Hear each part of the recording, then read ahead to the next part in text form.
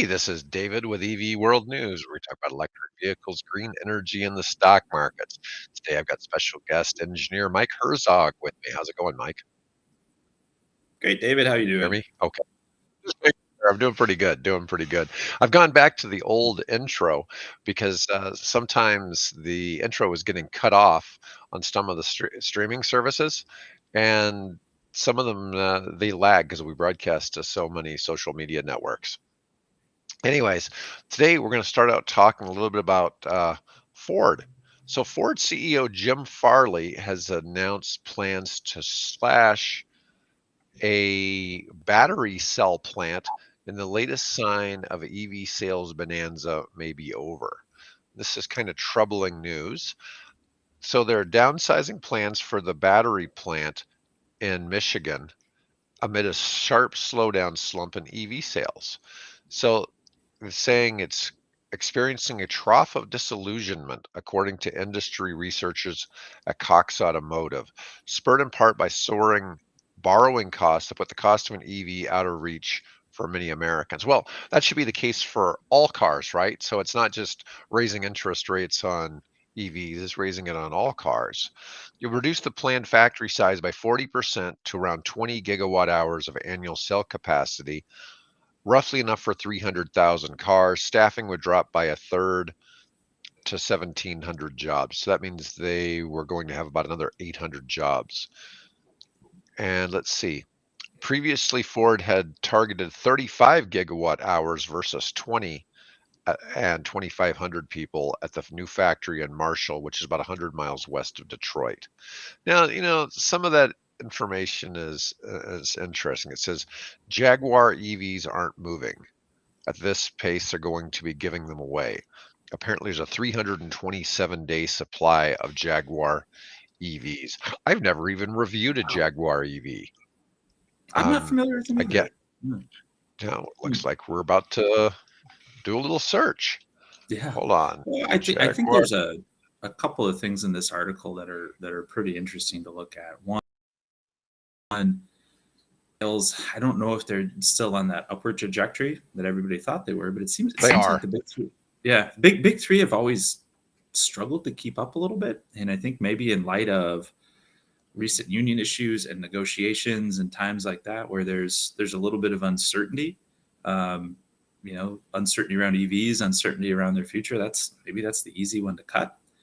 From the alphabet soup of government grant programs out there and what's available in funding, I haven't seen where EV subsidization, if you want to call it that, government grants for new EVs and used EVs. Or so I don't, some of that putting them on a more level playing field in costs, I think is still going to be around for a few years. So not 100% sure where they're kind of coming from with this. Yeah, I've never even heard ads for the Jaguar EV or anything. This is interesting. Mhm. I'm looking. I mean, obviously Jaguar always looks nice, but let's see what we got here. 246-mile range, takes 10 hours to charge. I'm assuming that's on a level, using a Probably level 9.6 one. kilowatt. That sounds that sounds more like a level one charger, That'd doesn't be it? level one, I would guess. Yeah. Yeah, and for 0 to 60 in 4.5. It's not anything excessive that you'd expect kind of from Jaguar, but it is nice looking. Nice looking vehicle. But I've never heard of anybody when they were considering shopping for an EV looking at Jaguar. I haven't either. So that makes, so that's kind of news for me. But they're saying in this article, let's see, Jaguar EVs aren't moving. 327-day supply. I think that's on Jaguar. I don't think that's on the EV industry. I think when you and I have the same reaction of, Jaguar makes EVs. that's I that's didn't probably even why they're know. not moving. Right. When people that are in this space, and it's interesting because the best-selling car in the world is the Tesla Model Y. Okay, so telling me that EV sales are slowing down, they just hit 17% of all car sales worldwide last month. Wow. and it's, so it's constantly growing. And so I'm seeing no reduction. It's constantly expanding as a percentage of the overall markets here in the United States as well. And, so to say that EV sales are slowing, they may be sitting on lots somewhere, but that's I think that's more an indictment of the American dealer system. And I've watched another podcast where they were talking about how the auto dealers don't feel that they're responsible for what's wrong with the EV industry.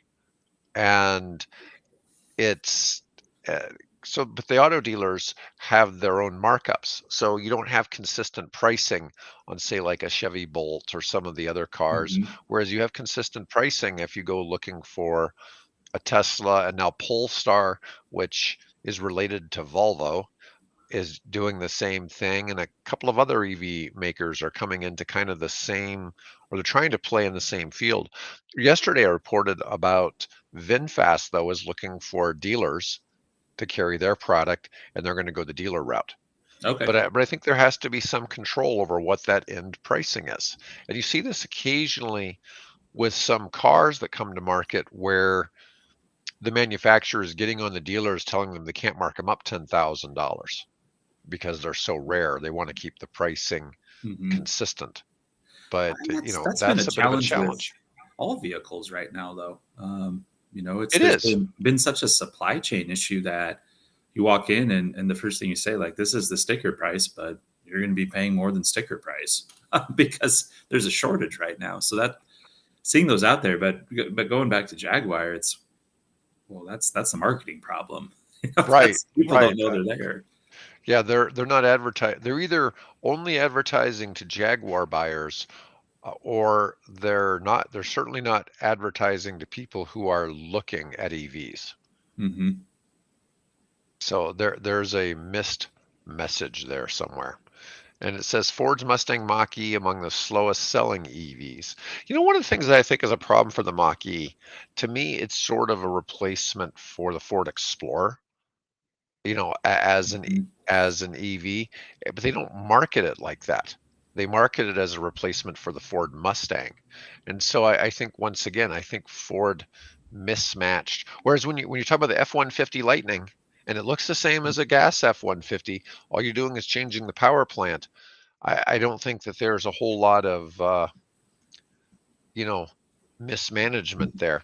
Although one of the things, though, in the F-150 side is a lot of people buy F-150s to work, and they still haven't completely made trucks and towing the right combination yet with electric. Hmm. And so there's issues there. I recognize that, and at some point, the EV industry is going to figure that piece out. I like what Dodge is doing with their hybrid, Yeah, and I think that'll solve a lot of the towing worries of truck owners that use them for work. and So that might be an that's the alternative. model where effectively, like, they have a little generator on board, right? Where it's still Yeah. you're using So gas, they're but it's supplementing charging through a little generator on board. But when you really need the capacity and power, you have gas, Yeah, so diesel. all of the power, or all of, the drive, is coming from a 600 or 700 horsepower electric motor. And all the gas is doing is generating more power for the batteries. Okay. Okay.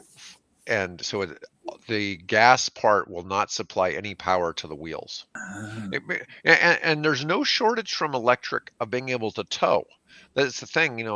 Ford showed them towing a train with an F-150 electric because it had so much torque, it could tow far more capacity. It might not be able to tow it very far, but it had the ability to do it. mhm. And so it's the matter of making sure that you still got range on the towed vehicle. Because one of the things I saw come up was somebody was towing when the F-150, and they only got 80 miles of range. Ooh, Yeah, and yeah. so yeah, it's like a 70% reduction in range when you're towing. And this is the big thing that has to be overcome for trucks. But the pickup truck phenomenon is an American thing.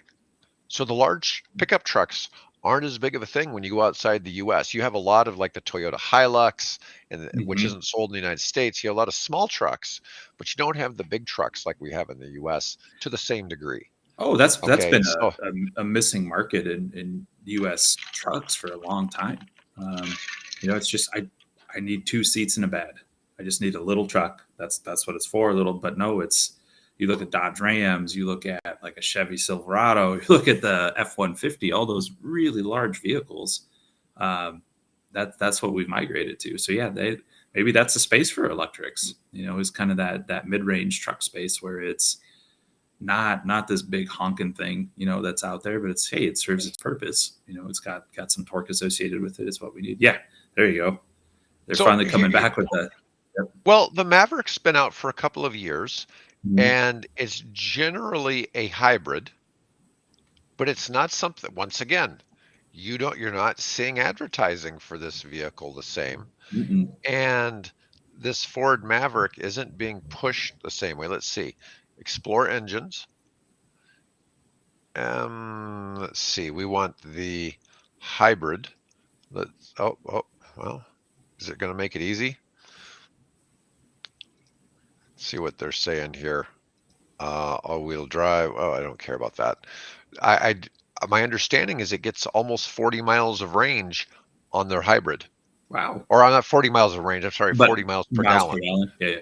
Yeah, and that's to me, that's pretty damn impressive for a pickup truck. I mean, That's great. really Yeah, impressive, and I just don't I have seen one here in Omaha, but you don't see people pushing these.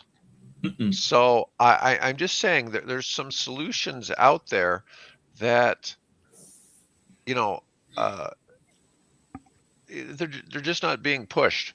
And so I feel that in the United States, you're getting this mixed message of what is out there. And I'm trying to say stuff is slowing down. It's because the US automakers aren't pushing it. And Toyota, up till now, really hasn't pushed all electric cars. But of course, they've had the Prius for Yep. years, Mhm. and they've had a big update in the Prius. And they're changing almost their entire lineup to nothing but hybrids in 2025. And so there's that, but they do have some all electric vehicles, They and have they're been. They've gone an interesting route in Toyota, and it's their, I think, even the new Tundras and Tacomas and their largest SUV, the Sequoia, I think's all hybrid. I want to say all their new Sienna minivans are hybrid options. yeah, They've done some great stuff with plug-in hybrid options, which is as kind of the wading into the pool of EVs. What a great choice! For most of your no, daily driving, 6 days a week, sure, you're going to be on all battery, but that time you need it, you got gas. It's a really good step they've taken. But yeah, they're pure electrics has been very slow for them. I would agree with that. yeah, it's interesting to see where some of let's see, they were saying for Ford, the Ford Mustang Mach-E has a 253-day supply of cars, whereas conventional gas-powered cars, there's a 59-day supply of cars available in the market. And that's kind of crazy to think that the Mach-E has had such a small share. Okay, this is interesting. Currently, Ford has 5.3% of the US EV market. Okay, that's not a very big percentage when you consider Mhm. how much of the gas market they Mhm. have. Chevy beats Ford's 5.3 with 5.7. Tesla Well, has that's got to be purely volt and bolt, right? I mean, for no, but Chevy, Tesla Chevy's making an electric Silverado. You don't see much are about they? it either. Okay. Yeah, Mm-mm. yeah. So I haven't heard of that. Yeah. all right, so Ford and Chevy each have 5% of the EV market in the US. What do you think Tesla has? Oh, I guess 60%, 70%, Oh, it's something way up 57. there, maybe Yeah, it's 57. 57. Okay. It's 10 times what either of those have. And th they're not having any trouble moving their vehicles. You know, Mhm. Tesla's doing something right. I just, so you can't really say it's EVs are the problem. I feel that they're getting their lunch eaten by Tesla, and Tesla being, a long ways Mhm. ahead of them. Let me see. I wanted to share something I thought you might like. This is about the 2026 Audi E-Tron. This is a sneak peek at some that somebody found out on the road somewhere, and of course they got it making it hard to Mhm. photograph with the wrap Yeah, on yeah, it. But you know, nice looking. Of course, yeah. not much information on where this is going, but it's closely related to the Porsche Taycan, and which is also about to be updated. I don't know what kind of range is the e-tron supposed to get normally? The So current one. I have a 2021, and I get about full charge over 200 miles, and it Okay. performs well, and it's been fine. I have to imagine new models coming out are going to go higher than that, but it works just fine. When I was doing research on it, and okay, what do I want to get the one knock they had against the e-tron? I was like, well, it's a lot like a regular car. It's just electric, and it's like that's what I want. I want a car, that looks like other Mhm. cars on the road, but happens to be electric. And it looks like that's the direction they're going with these as well. It looks like a car. It's just Did a you plain car. It looks like it just happens to be electric. did you drive it to Kansas City? We did not, no, late last night, so it was not Yeah. 100% sure on the infrastructure and everything like that, just in case. So I was thinking Well, about, and that's the challenge. right? That's the challenge as a non-Tesla owner of whether or not you're going to have working charging stations, on the route. The obvious place is St. Joseph. You got a pretty big stretch from Omaha to St. Joseph. I don't know if there's anywhere to charge between here and there, There, but there's there's a fair amount, that show up when you map it out, but you don't know what to expect. You don't I know know. Nebraska City has charging, but that's going Mhm. down Highway 75. Yeah. So there So was a I don't. fair amount, but it was one, just I have my kids with me, and they're troopers and good travelers and everything. But if we found a quick charge, sure, half an hour we can kill. But if I'm sitting there for 2 hours, that's a very different story. So Right. we're Oh, so one of the things I know that's coming out with some of the European automakers is they're going to be able to take the newest, highest level fast charging, and where you can add about 100 miles in 5 minutes. So Mhm. that so about every 5 minutes you can add about 100 miles of range to your battery, and that'll be pretty quick. And in this case, the one we're showing, they're estimating it's going to be about 250 miles of range. I just can't imagine by 26 though that they don't have better I agree with you. Something figured out, better battery tech. right? Yeah, because it just keeps getting better and better every year. And Mhm. then I've got one more topic for today, and this is coming from MIT Technology Review. So, four ways AI is making the power grid faster and more resilient. From predicting EV charging times to pinpointing areas of high wildfire risk, AI is transforming our energy network. Let's see what we got here. Faster and better decision making. Well, we know that about AI. Power Mhm. grid described as most complex machine ever built. Well, you know a I thing agree. about that.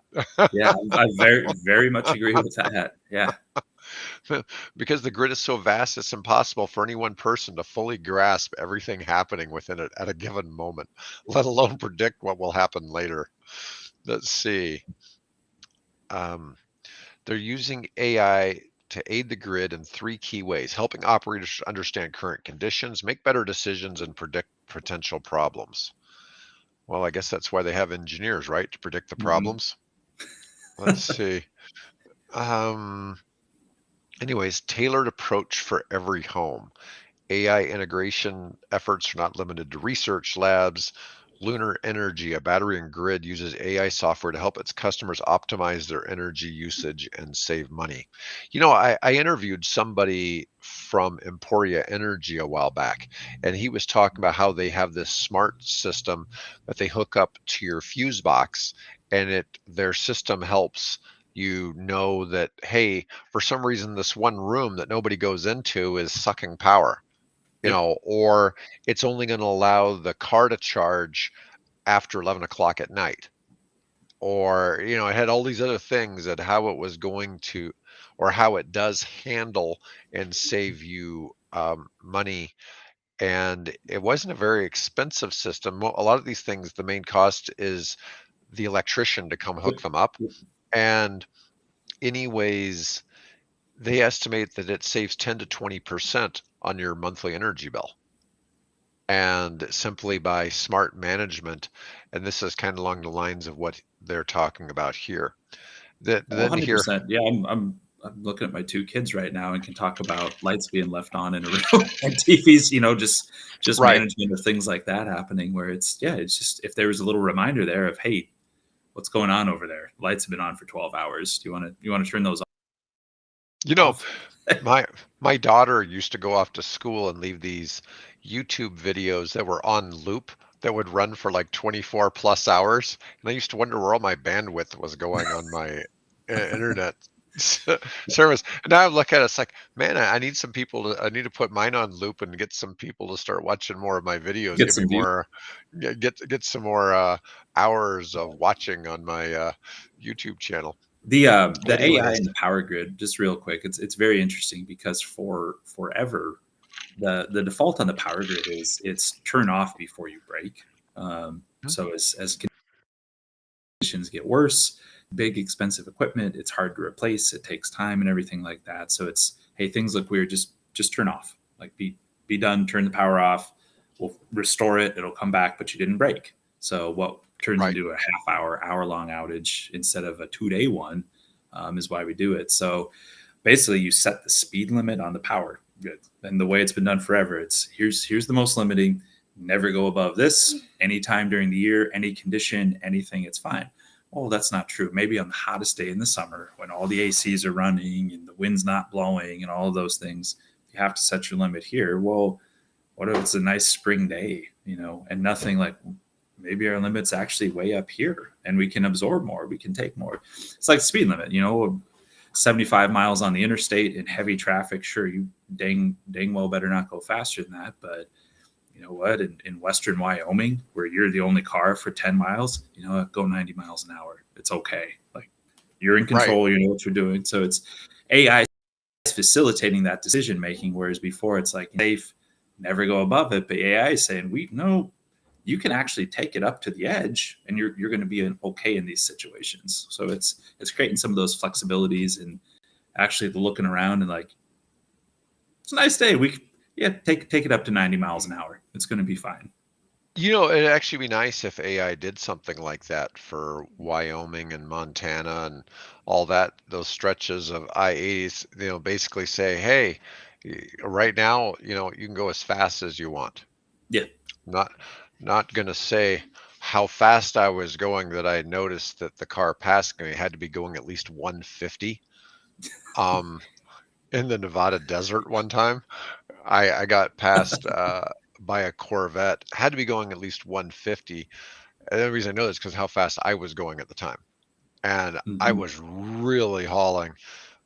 And I just couldn't believe how Yep. fast I had a Dodge Charger with Scat Pack, and we weren't driving it slow.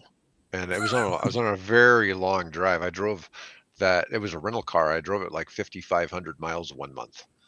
Ooh. And yeah, yeah, I went, and it was interesting, but I just remember, and where the guy passed me, there was no cars in sight other than the two of us. Nobody around. Nobody around. Yeah. Yeah.